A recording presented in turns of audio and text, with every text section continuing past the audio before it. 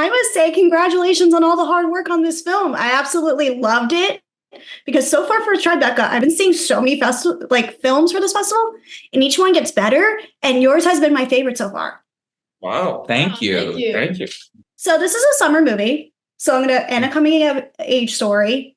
What is your favorite summer movie? I haven't answered, but you go. I would have to say High School Musical too. That's my fan right there. I blast Fabulous to this day. I'm like almost 30 years old and I still blast that song to this day. Yeah.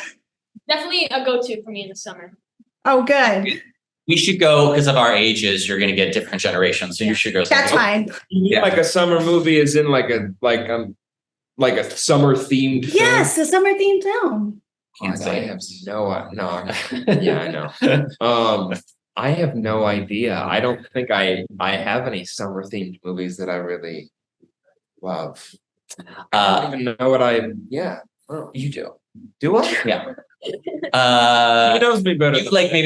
Well, I'll say mine is Stand By Me, as I'll give that. That's such a good one. Summer theme. You could say like Call Me By Your Name. You could say Now and Then. Yes. You know. Wet Hot American Summer. Yes. Oh. My God. Is American Beauty summer themed? No. I like depressing movies. Yeah, exactly. You like depressing movies? Okay. One of my favorites, I don't know if all of you have seen it, but it's Steve Carell and Sam Rockwell, The Way Back. Have you all seen that? I've heard that's a good. Yes. I love that. It's so good. And it's set like at this water park too. So it's like a fun little film that I love like recommending to people. But also going back to the Disney topic, the Lizzie McGuire movie. Because that's set in Rome and during the summertime. I'm young enough to have seen Lizzie McGuire movie in theaters. Oh my God. And they shot that way back in Massachusetts, right near where I grew up. So Oh, that's amazing. So speaking of like where this film takes place, where did the actual filming location take place? We filmed outside of Richmond, Virginia, outside of Midlothian, in another town whose name now I can't remember. But I don't know. But it was 20 days of shooting outside of Richmond, Virginia, and then a couple of days of pickups in New York. Okay, so like, did you film that at all in New York with the scenes where, we get to that point in the film towards the end where Owen and Everett are together? Is that also set in the city for that filming location?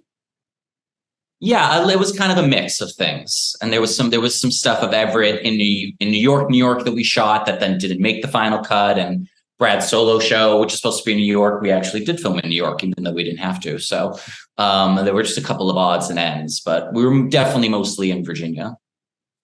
Awesome. I haven't been there, but it looks gorgeous. The way that the scene of the house in that pool, that looks really, really nice. But this one took about 4 years to put together. What was the most challenging aspect for you to tell this story? The writing, it was a little complicated. I had an initial idea, but it went down different kind of avenues. And then, just getting the green light to actually be on set making it. Once we were there, the cast and crew were amazing and really over-delivered in an unbelievable way. That was a joy.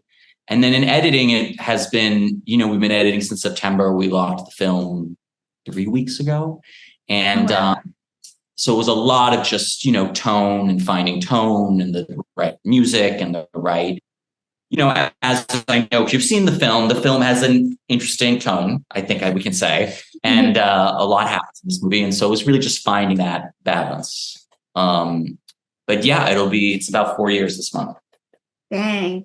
Well, speaking of the balance of this film, what really stands out is Owen and Everett, your chemistry is just beautiful in this film. I love seeing it on the screen. Owen, what's it like working with a talented co-star like Everett? It's everything you want. I remember from the first rehearsal that we had, it was like so obvious that this was our guy. And this is your first time leading a movie. Yeah. You never know. It felt like I was acting with any of the experienced older actors that I've worked with. Like it didn't feel like it never felt like I was working with a kid or whatever. I mean, partially because you're you're a 40-year-old man trapped inside a kid's body, but also you're really so present in when I look at Everett playing Griffin, I see a whole person in there, you see the character alive. And some actors, even older actors who've been doing it for a while, you don't get that. So they're dead. They're dead inside. They're dead. Taking that back to Owen, because I was super nervous. Like, I had a chemistry read with him. That was my last callback. And I was really nervous for that. And the first day, I was like shaking. I was like, because I hadn't, it was my first time reading a movie. And so I was extreme, like I was like freaking out. But once I did my first scene with Owen, which was when they're moving the furniture in his basement. It was like immediately it was so easy, and it was all my nerves just went away. Because he's just, I don't know, you're just such an amazing actor. Thanks, you too. Thank you. It was so easy to build Griffin, because Griffin was also, it depends on Brad. And I think if we had anyone else playing Brad, Griffin and the movie would not have been the same. And so it was just so awesome to be able to work with you and all the other amazing actors. We had so many awesome actors. You guys got a great cast, so I must say I was really invested with everybody. So great. It was a very awesome first experience for me for my first lead. I just loved how mature that answer is.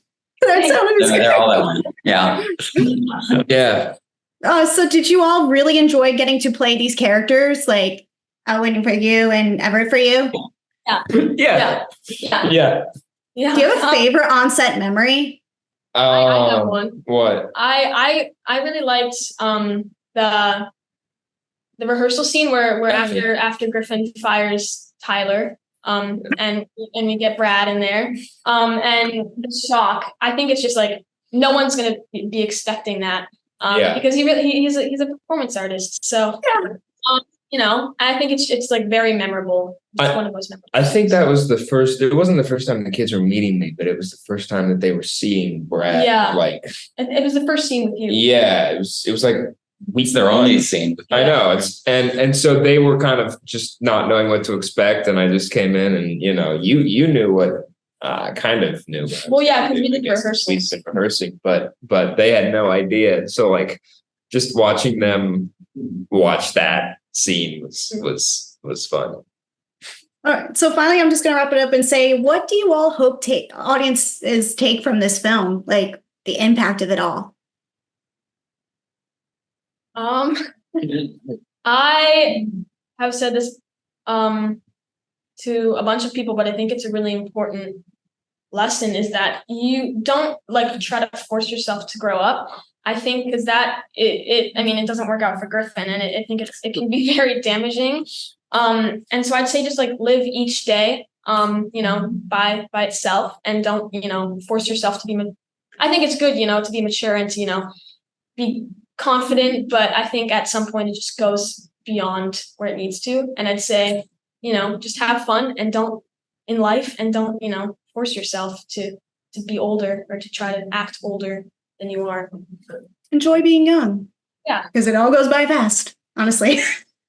So I'm just going to wrap it up and say thank you for your time. I really enjoyed the film, and I cannot wait to see what all you do next. So thank you. Thank you. Thanks so much.